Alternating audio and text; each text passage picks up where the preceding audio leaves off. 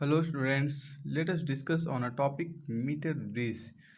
आप देख पा रहे हैं there is a circuital diagram and this is the diagram of this meter bridge. सबसे पहले आपको लगता होगा कि क्या है मीटर ब्रिज और इसका क्या फंक्शन है।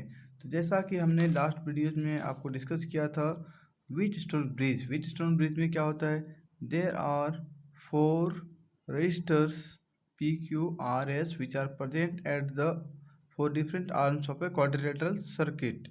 मिडिल में क्या है, देयर इज ए गैल्वेनोमीटर। और हम क्या करते थे इसमें, तो हम इन चारों रेजिस्टर्स को इस तरह से सेट करते थे कि यहाँ इस वायर से कोई करंट पास ना करे। और इस पर हम पाते हैं if current is not flowing means this is the case of balanced condition. और उस पर हम लोग जो फार्मूला फाइंड आउट करते हैं, वह फार्मूला जो हमें मिला था व्हीटस्टोन ब्रिज में, it was P/Q that is equal to R/S। Yes, P/Q equal to R/S जो हमने व्हीटस्टोन ब्रिज में फाइंड किया था। सेम वे आप इस सर्किट को भी देखेंगे, there is no very much difference between this two circuits. क्या है, पहले इसके अकॉर्डिंग आप समझिए। यहाँ पर आप देख पा रहे हैं this device is called meter bridge. आप देख पा रहे हैं कि रेजिस्टेंस बॉक्स है R लगा हुआ, आप इस R को देख पा रहे हैं। एक S भी देख पा रहे हैं आप यहाँ पर एक स्ट्रिप लगा हुआ है मेटालिक, और उस पर एक S रेजिस्टेंस लगा हुआ है। यह रेजिस्टेंस बॉक्स की हेल्प से रेजिस्टेंस सेट किया गया है, और यह एक अननोन रेजिस्टेंस है जिसे हमें इस डिवाइस के हेल्प से फाइंड करना होता है।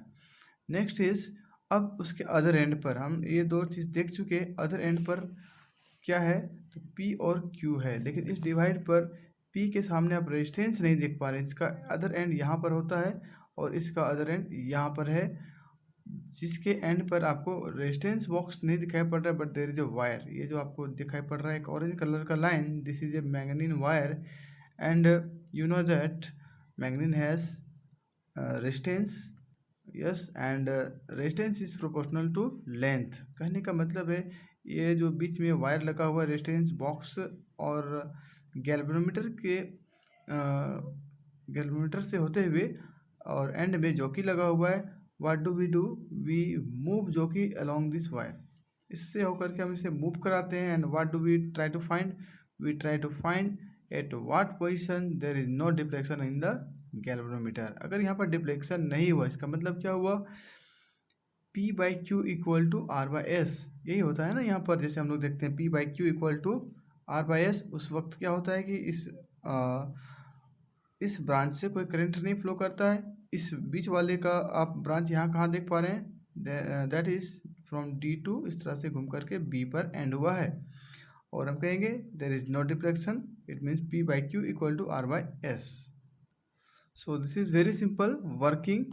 सो first of all principle, what is the principle, तो अभी मैंने आपको बताया it's working is based on the principle of Wheatstone bridge. उसी के बेस्ड पर इसे बनाया गया। That and what was the principle of Wheatstone bridge, it was P/Q equal to R/S। Now let us come to it's working, how does it work. So देखिए हम क्या करते हैं, हमने बताया कि everything is set up, we put some resistance on the resistance box. S is a unknown resistance, and and all our device that is meter bridge, it is connected with a cell with a key. When key is kept on, current start to flow through this circuit, and it moves through this resistance also this, and it also moves through this wire। ऐसा करके यह move कर पा रहा है। अब हमें क्या देखना है कि जब करंट का फ्लो हो रहा है तो बैलेंस कंडीशन कहाँ है। हमें क्या करना होता है, इस रियोस्टेट को इस वायर के अलोंग में मूव कराना होता है, और हमें चेक करना होता है कि किस पॉइंट पर इस गैल्वेनोमीटर का रीडिंग 0 हो जाता है। उसके बाद हम क्या करते हैं, इस वाले लेंथ को हम लोग मेजर करते हैं। A to B, suppose this is L, अभी हमने L कंसिडर किया है, और टोटल लेंथ जो होता है मीटर ब्रिज का generally this is 100 centimetre. So remaining क्या हो जाएगा, 100 माइनस L।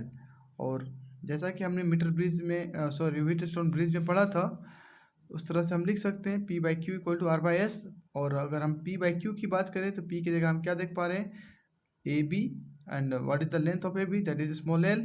एंड Q की जगह हम क्या देख पा रहे हैं, that is 100 minus L, so we can write here 100 minus L. So सबसे पहले हम इसको बात कर लें कि यह लेंथ क्या है, resistance of wire A B, और बी सी की जगह हमने लिखा resistance of wire B C. और रेजिस्टेंस का फॉर्मूला क्या होता है, रो एल बाई ए, जैसा हमने फैक्टर्स अफेक्टिंग रेजिस्टेंस में पढ़ा था। एंड सेकेंड वाले इस पोर्शन का भी वही होगा, रो लेंथ डिफरेंट है, this is 100 minus L divided by A, wire का तो क्रॉस सेक्शन सेम होगा, so this A and this A is cancel, resistivity is also same because this is made up of same wire, so only remains part is L divided by 100 minus L, and finally we get this result। अब क्या करना है कि आप इसे compare करिए इस वाले से, क्योंकि P by Q equal to R by S है, हमें S फाइंड करना है। so we'll compare this with this, we get R by S that is equal to 100 divided by 100 minus L, and we get S equal to R into 100 minus L divided by small l। Here R is non resistance, आप यहाँ देख पा रहे हैं इस resistance box को हम adjust करते हैं अपने मन से, हमें मालूम होता है कि हमने क्या रखा, ये हमें मालूम नहीं होता है, ये आपके फिजिक्स प्रैक्टिकल में भी है। और इस लेंथ को तो हम मेजर कर लेते हैं, मीटर स्केल लगा होता है, और रिमेनिंग वाले को भी कर लेते हैं।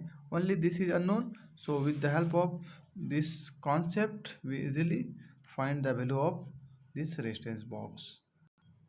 So at last I would like to say, if you like the topic, kindly subscribe the channels for upcoming videos। इससे क्या होगा कि जितने सारे coming videos होंगे you can see it, you will get some notification and it will help you to study the material। Thank you।